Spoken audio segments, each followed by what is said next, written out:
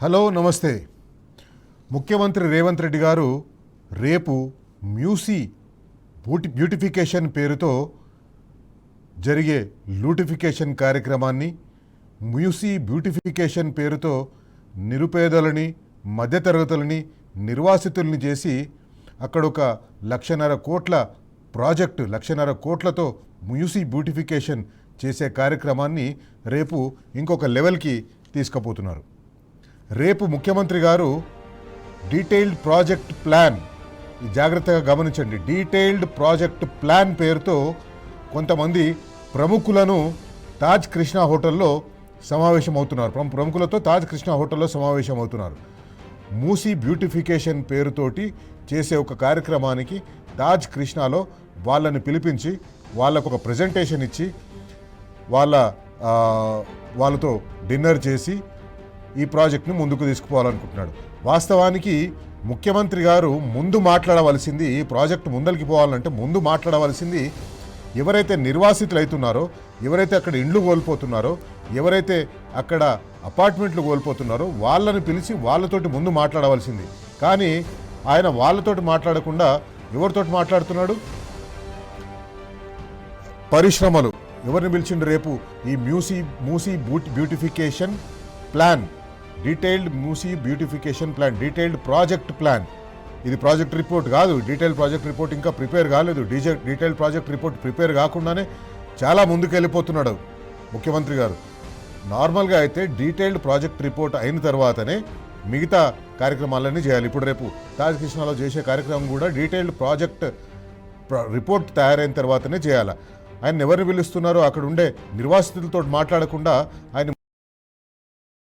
అన్నీ సేకరించి అక్కడ ఉన్న ఇళ్లన్నీ కూలగొట్టి ఆ ఇళ్ల ఉన్న భూములను సేకరించి ఎవరికైతే అప్పగించాలనుకుంటున్నాడో వాళ్ళతోటి ముందు మాట్లాడుతున్నాడు. ఎవరితోటి మాట్లాడుతున్నాడు?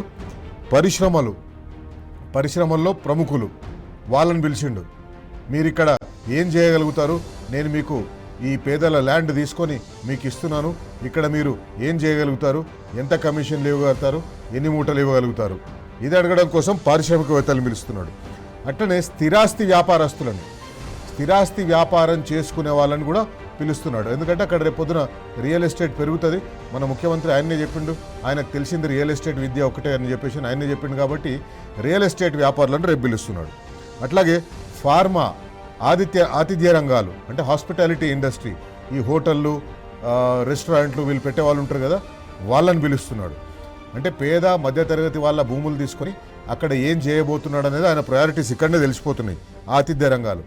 మళ్ళీ దానికి తోడుగా వాళ్ళని మమ అనిపించడం కోసం, లేకపోతే వీళ్ళు కూడా మాతోటి ఉన్నారు అని అనిపించడం కోసం కొందరు గాంధీయన్లను పిలిపిస్తున్నాడు.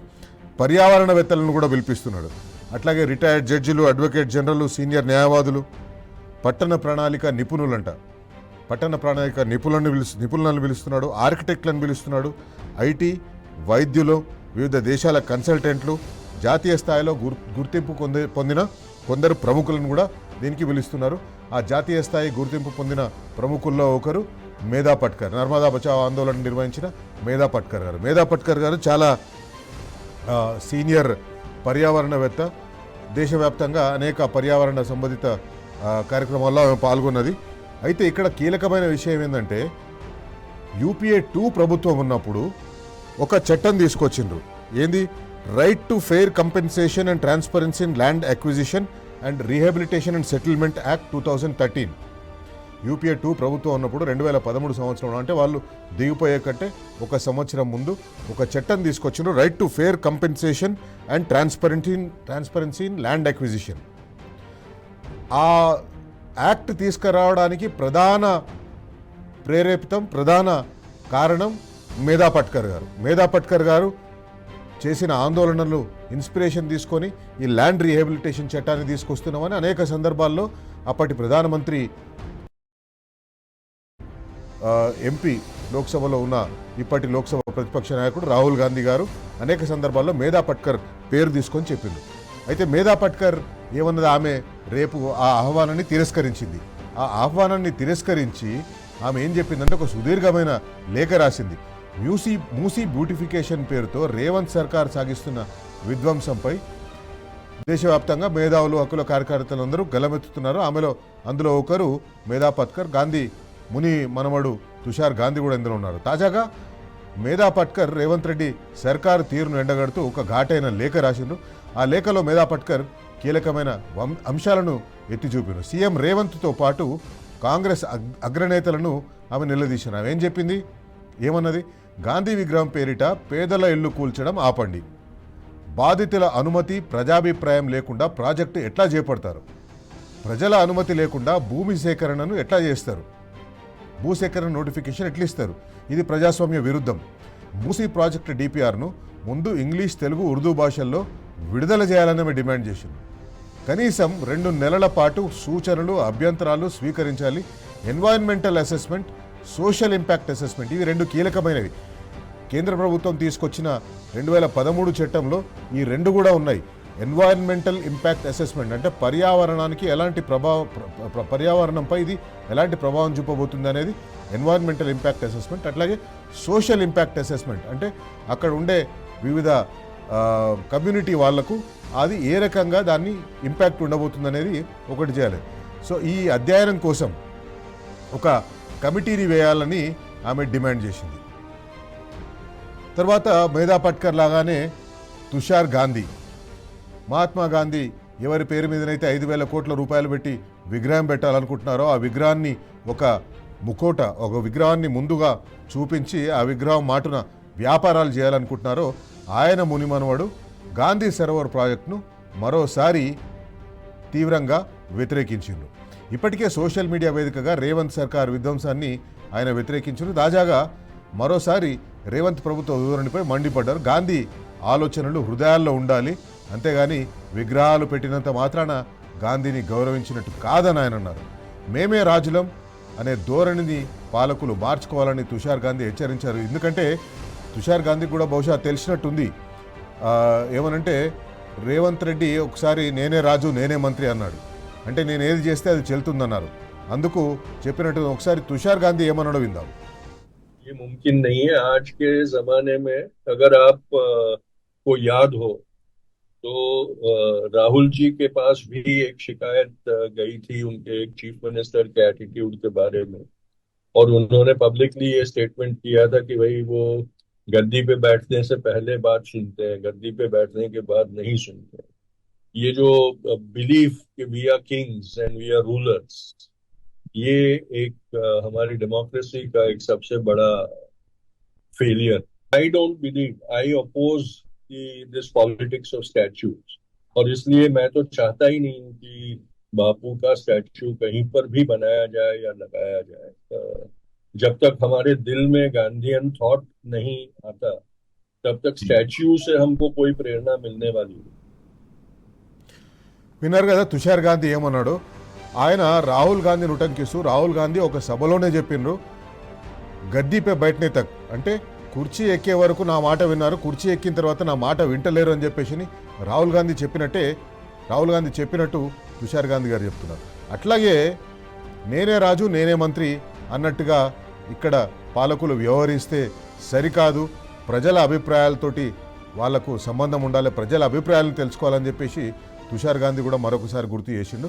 ఇంకోవైపు సీఎం రేవంత్ రెడ్డి ప్రజల అభిప్రాయాలతో పని లేకుండా మూసీ ప్రాజెక్టుపై ప్రజెంటేషన్కు సిద్ధమవుతుందని, రేపు వ్యాపారవేత్తలు ఫేజ్ 1కు సంబంధించిన డీటెయిల్డ్ ప్రాజెక్ట్ ఇప్పటికే 100 కుటుంబాల నిర్వాసితులను చేసిండు. తర్వాత ప్రజాభిప్రాయాలతో పని లేకుండా ఆయన వ్యవహరిస్తున్నారు. సామాజిక కార్యకర్తలు రేవంత్ రెడ్డిపై మండిపడుతున్నారు. అభివృద్ధి అంటున్నారు, సుందరీకరణ అంటున్నారు, అది ఒక అబద్ధం. చాలామంది తమ నివాస హక్కులు కోల్పోతున్నారు ఇవాళ ఈ అభివృద్ధి పేరుతో. అంటే అసలు అభివృద్ధి అంటే ప్రజల కేంద్రంగా జరిగేది అభివృద్ధి అంటారు. పొందబెట్టి వాళ్ళ బతుకులు ఆగం చేసి వాళ్ళని పూర్తిగా నిర్వాసితులను చేసి వాళ్ళని భూమి నుంచి గెంటేసి వాళ్ళకి బతుకు లేకుండా చేసి ఎక్కడ ఇస్తారండి? 1.5 కోట్లతోటి ఇవాళ ఆసియా డెవలప్మెంట్ బ్యాంక్ నుంచి తీసుకునే లోన్ కావచ్చు, లేకపోతే మొత్తంగా ఈ ప్రాజెక్టు పేరుతోటి వెచ్చించేటువంటి డబ్బు కావచ్చు, అది దుర్వినియోగం తప్ప సద్వినియోగం కాదు. ఇది విధ్వంసం తప్ప ఇది అభివృద్ధి కాదు. మూసీ రిజువనేషన్ ప్రాజెక్ట్ పేరు మీద కోల్పోయేటటువంటి అంటే నేలమట్టం కాబోయేటటువంటి నిర్మాణాలు 10,000కు పైగా ఉన్నాయి కరెక్ట్గా. రేపు ఇవ్వబోయేది కూడా ఫేజ్ 1 అని చెప్తున్నటువంటి దాంట్లో 1లో బాపుఘాట్ చుట్టూ ఉండేటటువంటి ప్రాంతాలని అక్కడ వరకు ఉన్న ప్రాంతాలని ఫేజ్ 1గా చూపిస్తున్నారు. ఇట్లా అసలు మొత్తం ఒక పెద్ద ప్రాజెక్టుని మొత్తం చూపించి అప్పు తీసుకోబోయేది మొత్తం ఈ 10,000 కట్టడాలు 3,000 ఎకరాల స్థలంలో చేయబోయేటటువంటి ప్రాజెక్ట్. కానీ డిపిఆర్ దేనికి చూపిస్తున్నారు? ఫేజ్ వైజ్గా చూపించి సోషల్ ఇంపాక్ట్ అసెస్మెంట్ అనేటటువంటిది అవసరం లేదు అనేటటువంటి విధంగా ఈ ప్రాజెక్టును ముందుకు తీసుకొస్తున్నారు. అంటే ముక్కలు ముక్కలుగా చేసి చూపించడం. అందుకనే గాంధీ సరోవర్ ప్రాజెక్టు, గాంధీ విగ్రహం అనే వస్తుంది. కానీ ఈ గాంధీ సరోవర్ ప్రాజెక్టు కూడా మూసీ ప్రాజెక్టులో భాగం అనేటటువంటిది ఎక్కడా కూడా ఆ ప్రజల మనసుల్లోకి వెళ్ళే విధంగా ఎక్కడా కూడా మీడియాలో కానీ ఎక్కడా రావటం లేదు. నిజానికి ఇది చాలా పెద్ద విధ్వంసం. రేపు ముఖ్యమంత్రి గారు తాజ్ కృష్ణ హోటల్లో ఇచ్చే ప్రజెంటేషన్లో పారిశ్రామికవేత్తలు, స్థిరాస్తి వ్యాపారులు, హాస్పిటాలిటీ ఇండస్ట్రీకి సంబంధించిన వాళ్ళు పాల్గొంటున్నారు. వాళ్లకు ఆయన చెప్తున్నారు. దాంతోపాటుగా Asian development bank ADB bank loan కోసం బ్యాంక్ వాళ్ళు కూడా లోన్ ఇస్తామని చెప్పేసి అని అన్నారు. ఆ ఏడీబీ బ్యాంక్ వాళ్ళు ఈ కార్యక్రమంలో పాల్గొంటారని చెప్పి ఆయన చెప్తున్నారు. కానీ ఏడీబీ బ్యాంక్ వాళ్ళు లోన్ ఇవ్వాలంటే 2 కీలకమైన అంశాలు. ఒకటి, కేంద్ర ప్రభుత్వం అనుమతి ఇవ్వాలి ఏడీబీ నుంచి రాష్ట్ర ప్రభుత్వం లోన్ తీసుకోవాలంటే. అంటే కేంద్రంలో ఉన్న భారతీయ జనతా పార్టీ ప్రభుత్వం కాంగ్రెస్ పార్టీ ప్రభుత్వానికి పర్మిషన్ ఇవ్వాలి.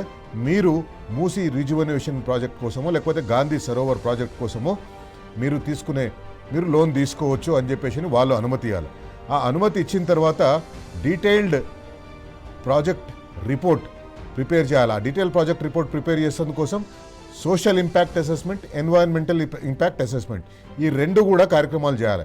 ఈ 2 కార్యక్రమాలు చేసిన తర్వాతనే దాన్ని వచ్చిన రిపోర్ట్ మీదనే కేంద్ర ప్రభుత్వం అనుమతి ఇవ్వాలి. కానీ కేంద్ర ప్రభుత్వం ముందే అనుమతి ఇచ్చేసింది అని చెప్తున్నారు. మరి ఇంతవరకు అఫీషియల్గా అని చెప్పేసి అంటున్నారు. లోన్కు అనుమతి ఇచ్చిందని చెప్తున్నారు. అందుకే ఏడీబీ ప్రతినిధులు కూడా రేపు ముఖ్యమంత్రి గారు పిలుస్తున్నారు. అందుకే బరాబర్ అడుగుదాం. మూసీలో ఇళ్లు కోల్పోతున్న వాళ్ళని, మూసీలో భూములు కోల్పోతున్న వాళ్ళ పక్షాన గారు రేపు మీరు కొంతమందిని పిలిపించుకొని పారిశ్రామికవేత్తలను, రియల్ ఎస్టేట్ వ్యాపారులను, హాస్పిటాలిటీ ఇండస్ట్రీ వాళ్ళను పిలిపించుకొని మీరు చూపించేది డీటెయిల్డ్ ప్రాజెక్ట్ రిపోర్ట్ కాదు, ఇది డీటెయిల్డ్ ప్రాజెక్ట్ ప్లాన్ మాత్రమే. మీరు ఇంకా డీటెయిల్డ్ ప్రాజెక్ట్ రిపోర్ట్ ప్లాన్ అయినా మూసీ సుందరీకరణ గురించి మీరు అక్కడ నిర్వాసితులైతున్న వాళ్లకు చెప్పాలి. కానీ అక్కడ వ్యాపారాలు చేసుకునే, మీరు భూములు తీసుకొని ఎవరికైతే చూస్తున్నారో అక్కడ వ్యాపారాలు చేసుకునే రియల్ ఎస్టేట్ వాళ్ళను ఎందుకు పిలుస్తున్నారు? వాళ్లకు ముందెందుకు చెప్తున్నారు? ముందు వాళ్ళ దగ్గర నుంచి మీరేమైనా గ్యారంటీలు తీసుకుంటున్నారా? మూటలు తీసుకుంటున్నారా? ఎన్ని మూటలు వస్తాయని చెప్పేసి లెక్క పెట్టడం కోసం ముందు వాళ్ళతో మాట్లాడుతున్నారా? బరాబర్ అడుగుదాం. అట్లాగే నిర్వాసితులకు కొన్ని హక్కులు ఉంటాయి. ఇంతకుముందు మనం చెప్పినట్టుగా యూపీఏ 2 ఉన్నప్పుడు 2013లో ల్యాండ్ అక్విజిషన్ యాక్ట్ ఒకటి తీసుకొచ్చింది. ఆ యాక్ట్ ప్రకారం అక్కడ వాళ్ళకు కల్పించిన హక్కుల్లో మీరు కల్పించిన హక్కులే, కాంగ్రెస్ పార్టీ నేతృత్వంలోని యూపీఏ అధికారంలో ఉన్నప్పుడు కల్పించిన హక్కులే. Right to hearing and objection. ఇంతవరకు మీరు right to hearing and objection plan చేయలేదు. Right to hearing and objection దాన్ని అక్కడ వాళ్ళకి ఇవ్వలేదు, నిర్వాసితులకు ఇవ్వలేదు. కానీ మీరు రియల్ ఎస్టేట్ పారిశ్రామికవేత్తలను పిలిచి వాళ్ళకు ప్రెజెంటేషన్ ఇస్తున్నారు, వాళ్ళకు ప్లాన్ ఇస్తున్నారు. ఎందుకు మీరు చేసిన చట్టాలని మీరు తుంగలో తొక్కుతున్నారు? బరాబర్ అడుగుదాం. అలాగే కాంగ్రెస్, బీజేపీ ఇద్దరు తోడుదొంగలే. ఢిల్లీలో భారతీయ జనతా పార్టీ అధికారంలో ఉంది. భారతీయ జనతా పార్టీ ఒకవేళ అనుకుంటే ఈ మూసీ నిర్వాసితులకు న్యాయం చేయొచ్చు.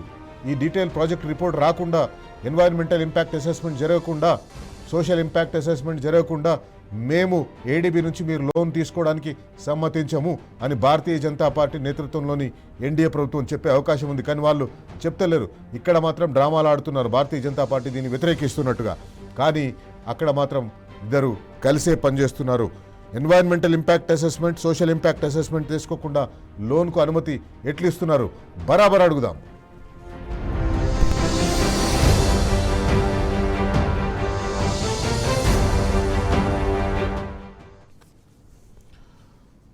మూసీ నది మీద చేస్తున్న విధ్వంసాన్ని, మూసీ నది పేరుతో చేస్తున్న రియల్ ఎస్టేట్ వ్యాపారాన్ని, మూసీ నది పేరుతో చేస్తున్న లూటిఫికేషన్ని అనేక సార్లు టీ న్యూస్ మీ ముందుకు తీసుకొచ్చింది. అట్లాగే అనేక సోషల్ ఇంపాక్ట్, సోషల్ వర్కర్స్ వీళ్ళు కూడా అనేక సందర్భాల్లో మీకు చెప్పిండ్రు